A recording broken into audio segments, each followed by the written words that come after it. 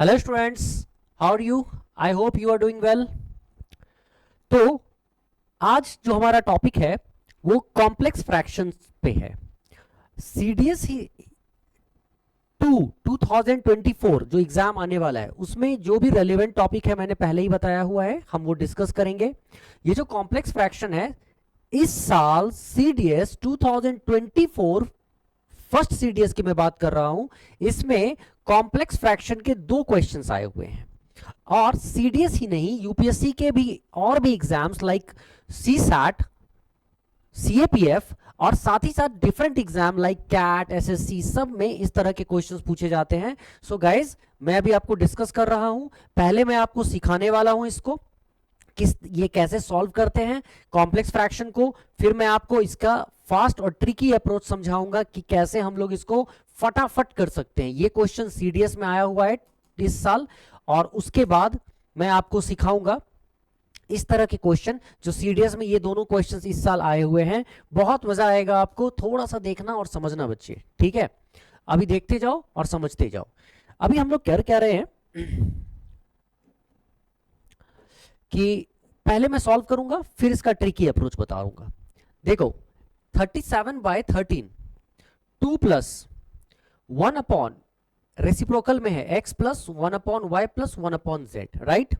मतलब ये कि अगर मैं एक बार थोड़ा सा इसको यूं लिखने की कोशिश करता हूं 37, देखना बच्चे 37 अपॉन 13 इस साइड है, दूसरी ओर है 2 प्लस, अब 1 अपॉन, ये रेसिप्रोकल में है 1 अपॉन, फिर आप लिख रहे हो x प्लस 1 अपॉन वाई, ठीक है, प्लस 1 अपॉन जेड, है ना? इस तरीके से आपको पूरा का पूरा फ्रैक्शन लिखा हुआ है। अब आपको करना क्या है, इस फ्रैक्शन को 37 को 13 से डिवाइड करना है। तो जब डिवाइड करोगे तो 13 2 जा 26, 11 आ जाएगा रिमाइंडर। तो इसको अगर मैं लिखना चाहूं तो क्या मैं ऐसे लिख सकता हूं, 13 2 जा 26, 2 is to 11 upon 13 equal to 2 plus 1 upon x plus 1 upon y plus 1 upon z, ऐसे। अच्छा, 2 is to 11 अपॉन 13 को हम सभी जानते हैं, अगर नहीं जानते हैं तो मेरे पहले के वीडियोस को देखो, 2 प्लस 11 अपॉन 13 भी लिख सकते हैं, राइट? अब गाइज देखो तो इधर 2 है और इधर 2 है, ठीक, दोनों और 2 है, तो मैं तो ये वाला 2 कैंसिल आउट कर देता हूं। अगर मैं इस 2 को कैंसिल आउट कर देता हूं तो मेरे पास यहां पे जो बचेगा, ठीक है, वो क्या होगा, मेरे पास यहां जो बच रहा है वो क्या होगा, तो मैं इसको उठा के ले जाऊंगा 11/13 को, यहां लिखूंगा 11/13, 11/13 इक्वल टू 1 अपॉन, समझना बच्चे, 1 upon x plus 1 upon y plus 1 upon z, इस तरीके से लिखा। अब ये रेसिप्रोकल में 1 बाय समथिंग है, तो मैं अगर इसको पलटना, मैं x की वैल्यू चाहता हूं, क्योंकि ये देख रहे हो ना क्वेश्चन में क्या है, 37/13 equal to 2 plus 1 upon x plus 1 upon y plus 1 upon z, where x, y, z are natural numbers. What is the value of x, y, z? मुझे x निकालना है, y निकालना है, z निकालना है। मैं पहला काम क्या करूंगा कि ये 2 हटने के बाद ओरिजिनली जो हमारा क्वेश्चन है फिलहाल यही है, ठीक है? मतलब मुझे 3 वेरिएबल्स निकालने हैं, कौन कौन से, x निकालने हैं, y और z। मैं इसको पलट दूंगा, मीन्स रिवर्स कर दूंगा, और जब मैं इसको रिवर्स करूंगा तो ये भी रिवर्स हो जाएगा। तो ये रिवर्स होके क्या आएगा, 13/11 इक्वल टू, अब ये रिवर्स होके जाएगा तो ये x ऊपर हो जाएगा plus 1 upon y plus 1 upon z, ठीक है? अब ये चीज अगर तुम समझ गए हो बच्चे, तो करना क्या है, इसमें आपको 13 को 11 से डिवाइड करना है। हमें पता है 13 को 11 से अगर हम डिवाइड करते हैं तो 11 1 जा 11, तो यहां पे आता है 1, ठीक है, और यहां रिमाइंडर बचता है 2, तो हम इसको लिख सकते हैं 1 plus 2 upon 11, 1 is to 2 upon 11 होता है, 1 कोशेंट 2 अपॉन 11, तो लिखते हैं हम 1 is to 2 upon 11 mixed fraction में, जिसको 1 प्लस 2 अपॉन 11 हम लिखेंगे, तो हमारा वैल्यू हो जाएगा इसके equal x plus 1 by y plus 1 upon z. अब तुम नोटिस करो ये x किसके इक्वल रह जाएगा, 1 के, ठीक? तो अगर मैंने x को यहां पे 1 के इक्वल रख दिया, 1 के इक्वल रख दिया, तो 2 ऑप्शन में से कोई एक आंसर होगा, सी और डी तो वैसे ही गया, ठीक है? अब जो हमारा टारगेट है वो है 2/11 equal to 2/11 equal to 1/y plus 1/z, 1/y plus 1/z। तो अब इसको मैं अगर पलट दूंगा तो मैं लिखूंगा 11/2 equal to y plus 1/z।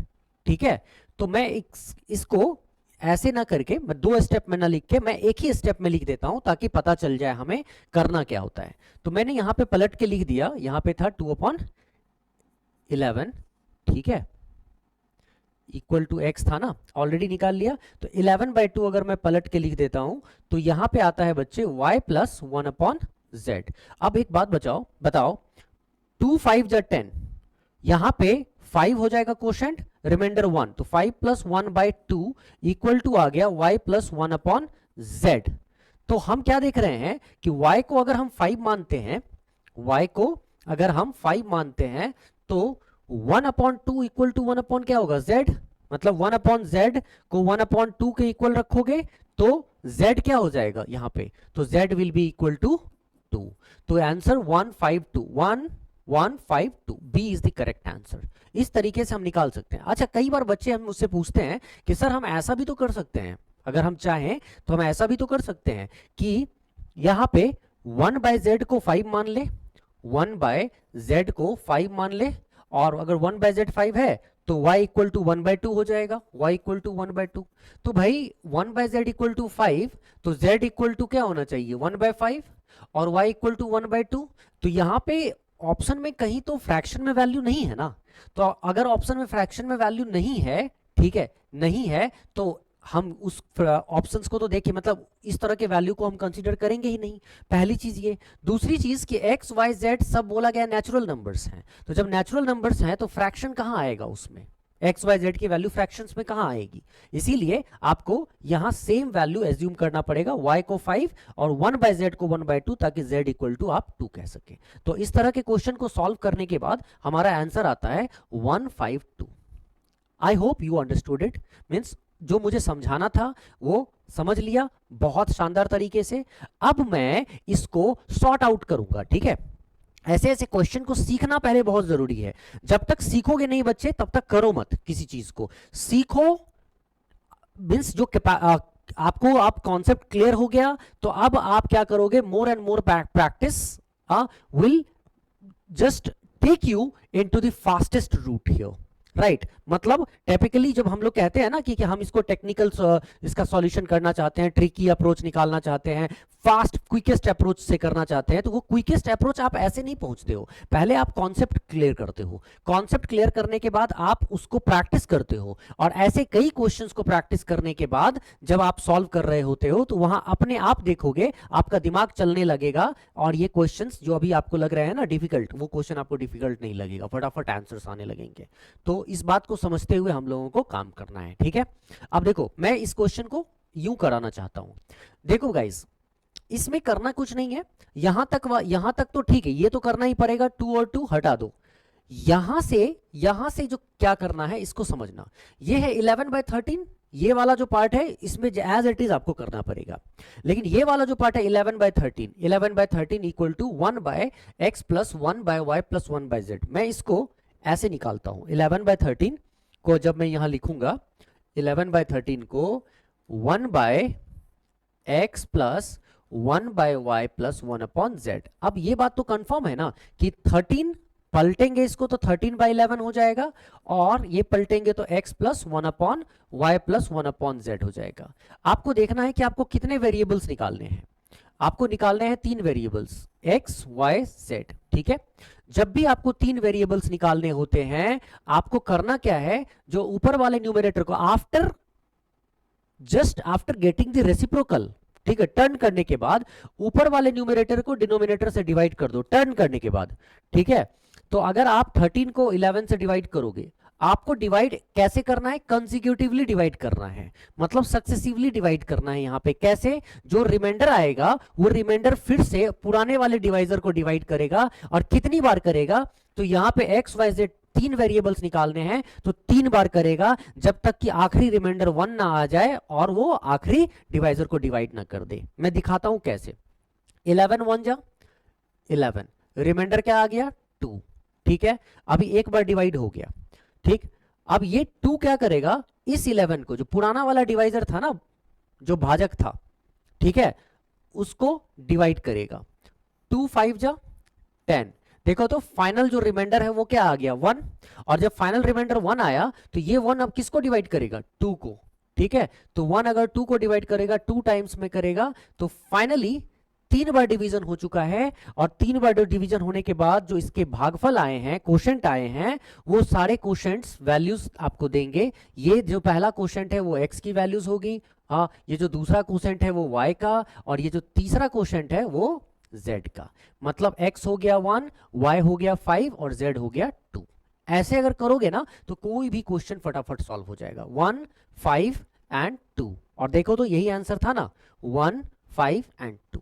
Done है ना। आई होप तुम्हें समझ में आ गया हो। अब जैसे ही ये चीज समझ में आ गया तो मैं इसको आगे लेकर जाऊंगा। इस क्वेश्चन को देखो, देखते ही कैसे सॉल्व हो जाएगा।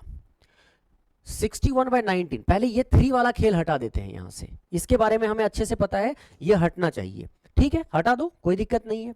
मैं 61 को 19 से डिवाइड करता हूं, हाँ, 19 तिया 57, मतलब 19 3 जा 57, और रिमाइंडर क्या बचा 4, तो 4/19 मतलब 3 प्लस 4/19, ठीक है, equal to 3 plus 1/x plus 1/y plus 1/y plus 1/z।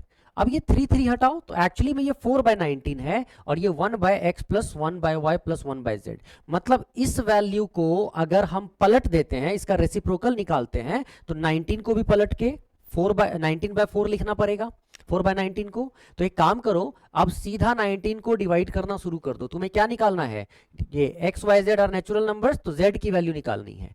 मतलब तीनों वेरिएबल्स अगर निकालना है तुम्हें, तो 19 को 4 से डिवाइड करना पड़ेगा पलटने के बाद। तो 4 4 जा 16, x की वैल्यू आ गई, रिमाइंडर आ गया 3। ये जो रिमाइंडर 3 है वो किसको डिवाइड करेगा 4 को, 3 1 जा 3, रिमाइंडर आ गया 1। अब फाइनली 1 आया, 1 किसको डिवाइड करेगा 3 को।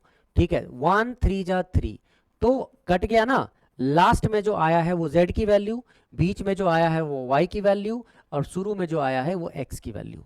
तो अगर आपसे किसी ने पूछा z की क्या वैल्यू है, तो आप क्या बोलोगे 3। C is the correct answer, है ना। मजेदार। चलो गाइज, अब और आगे बढ़ते हैं हम लोग। अब हम लोग चलते हैं इस तरह का एक और शानदार क्वेश्चन पे, जो हम लोगों को एग्जाम में इस बार सीडीएस के एग्जाम में पूछा है। बड़ा ही शानदार क्वेश्चन है, आता है तो फटाफट करोगे, नहीं आता है तो देखो कितना टाइम लग सकता है। ये तुमको इस साल पूछा गया है सीडीएस में, सीडीएस 1 2024, है ना, इस साल का क्वेश्चन है बच्चे। यहां पे भी सेम क्वेश्चन है कि नहीं, देखो जरा। यहां तुम देख पा रहे होगे कि A B C D E 5 variables हैं और 421/972 है। आपको पांचों वेरिएबल निकाल के मल्टीप्लाई कर देना है ना। तो हम कैसे करेंगे इसको, तो हमें अच्छे से पता है कि पहले तो हम इसको रिवर्स करेंगे। ठीक है, 421 को रिवर्स करेंगे, और रिवर्स करने के बाद 421 को रिवर्स करने के बाद हम 421 को रिवर्स करने के बाद 421/972 को रिवर्स करने के बाद 972 को 421 से डिवाइड करना शुरू करेंगे, और 5 बार तक करते रहेंगे ताकि A B C D E निकल आए। और ये फास्ट वे है, फास्टेस्ट वे है इसको सॉल्व करने का। ठीक है, 972 पकड़ो, 421 से डिवाइड करना शुरू करो। 421 2 जा 842, ठीक है, क्या आ गया 130। अब ये 130 किसको डिवाइड करेगा 421, मतलब 130 3 जा 390, क्या आ गया 31। ये 31 किसको डिवाइड करेगा 130 को, कितनी बार में 4 बार में, क्या आ गया 124।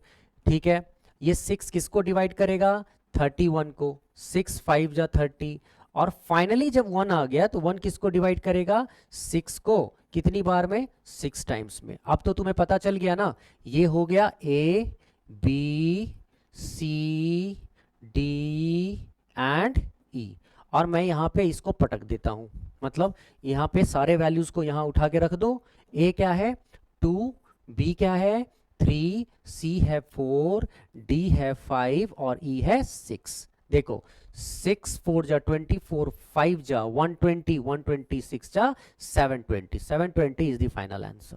हो गया ना काम, कुछ सेकंड्स का काम होता है, देखने में मुश्किल लगता है, होता नहीं है। अगर समझते हैं, प्रैक्टिस हमारी अच्छी होगी तो यूं सॉल्व हो जाएगा। ठीक है, चलो अब आगे बढ़ो। एक और क्वेश्चन जो इसी साल सीडीएस का आया है 2024, ये देखो ऐसा ही देख रहा है, दिख रहा है, सीडीएस 2024। इस क्वेश्चन को तो मैं सॉल्व भी नहीं करूंगा, मतलब सॉल्यूशन तो हमें पता ही है, सीडीएस 1 2024। अब ये क्वेश्चन वो नहीं है जो पहले वाला था, लेकिन मैंने उठा लिया क्योंकि मैं बताना चाहता हूं कि हर क्वेश्चन को सॉल्व करने की जरूरत नहीं है। मैं बस एक चीज बताना चाहता हूं, पूछना चाहता हूं।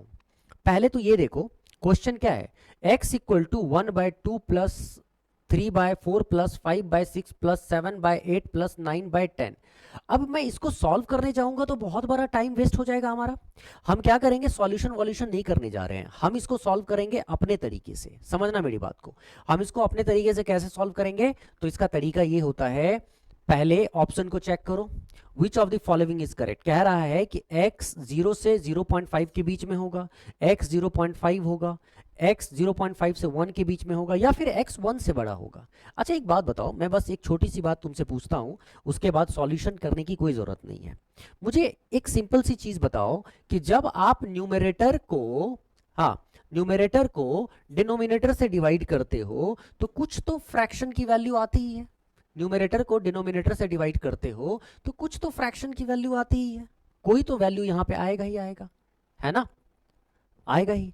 अब सवाल ये उठता है कि इस डिनोमिनेटर को अगर हम बढ़ाते हैं, इंक्रीज करते हैं, ठीक है, इस डिनोमिनेटर में अगर मैं इस डिनोमिनेटर में इंक्रीज करता हूं, ठीक है, तो जितना भी आप इंक्रीज करोगे, डिनोमिनेटर में इंक्रीज करोगे, तो यहां जो वैल्यू आया था, सपोज यहां वैल्यू आया था x, ठीक है, तो x क्या हो जाएगा, डिक्रीज हो जाएगा, क्योंकि डिनोमिनेटर बढ़ेगा तो इस वैल्यू में कमी आएगी।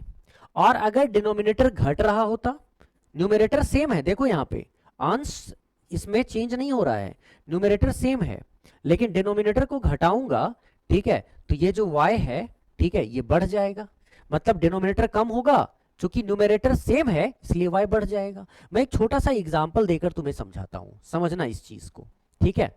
जैसे मान लो कि मैंने यहां पे डिवाइड कर दिया, चलो 30 को मैं डिवाइड कर रहा हूं 10 से, 30 न्यूमरेटर फिक्स किया, मैंने 10 से डिवाइड किया, वैल्यू क्या आ जाएगा, 3 है ना। अब मैं क्या करता हूं, अगर इस 30 को 10 से ज्यादा वैल्यू पे, मतलब 10 को बढ़ा देता हूं 5, ठीक है, 10 प्लस 5 15, अब 15 ने 30 को डिवाइड किया, यहां पे वैल्यू क्या आ गया 2, देखो तो वैल्यू घट गया, मतलब जब डिनोमिनेटर में इंक्रीज करते हो तो वैल्यू घट जाता है, और डिनोमिनेटर में डिक्रीज करोगे तो वैल्यू बढ़ जाएगा। और 30 को 10 माइनस 5 से किया तो यहां पे क्या आ गया 6, ठीक है, इसका मतलब देखो तो ये वैल्यू बढ़ गया, मतलब जहां आपने 5 इंक्रीज किया तो वैल्यू 2, और यहां पे 5 डिक्रीज किया तो वैल्यू 6, है ना। तो कहने का मतलब डिपेंड करता है, अगर न्यूमरेटर सेम है, डिनोमिनेटर बढ़ेगा तो वैल्यू घटेगा, डिनोमिनेटर घटेगा, ठीक है, तो वैल्यू बढ़ेगा। अब ये चीज मुझे पता है कि जो सीडीएस की तैयारी करते हैं या फिर एसएससी सीजीएल के मेंस तक गए हुए हैं या फिर जिनका मैथ्स अच्छा है, उनके लिए ये बात बहुत बड़ी बात नहीं है, ये तुरंत समझ जाएंगे बच्चे, ये सब बताने की जरूरत नहीं। वो क्या सोचते हैं कि सर ये सब बता ही क्यों रहे हो, ये सब यही बताने की चीज होती है। बेटा ऐसा है कि मैं आप लोगों के लिए नहीं बता रहा हूं, मैं उन बच्चों के लिए बता रहा हूं जो मैथ्स नहीं जानते हैं, है ना, उनके लिए बहुत छोटी छोटी बातें भी बहुत इंपॉर्टेंट होती है, ठीक है। तुम अगर जानते हो तो अच्छी बात है ना। चलो अब देखो, अगर ये समझ में आ गया तो एक बात बताओ, x की वैल्यू पूछ रखा है, अगर x की वैल्यू 1/2 हो जाती, x की वैल्यू 1/2 हो जाती, जैसे 1/2 है, तो ये होता आंसर 0.5, तब आता x इक्वल टू 0.5। लेकिन मैं क्या चेक कर रहा हूं कि यहां जो वैल्यू है x equal to 1/2 2 plus 1/2 plus something, जो भी है हमें नहीं पता, लेकिन 1/2 प्लस समथिंग। अब मैं इस फ्रैक्शन को जब सॉल्व करूंगा, कुछ भी आएगा पॉजिटिव, चूंकि प्लस है पॉजिटिव है, कुछ भी आएगा ये 2 से अधिक ही आएगा, है ना। तो जो भी आएगा 2 प्लस समथिंग 2 से अधिक आएगा, मतलब डिनोमिनेटर बढ़ रहा है, और डिनोमिनेटर बढ़ रहा है तो वैल्यू को 0.5 से कम आना चाहिए।